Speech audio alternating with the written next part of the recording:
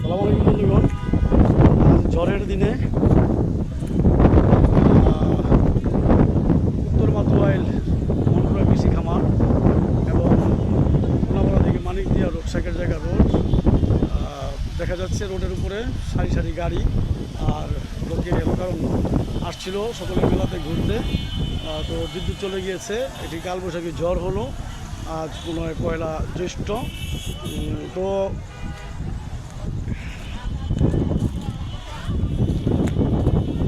আকাশে বিদ্যুৎ চমকাচ্ছে, কালো মেঘের ধোলা দেখা যাচ্ছে।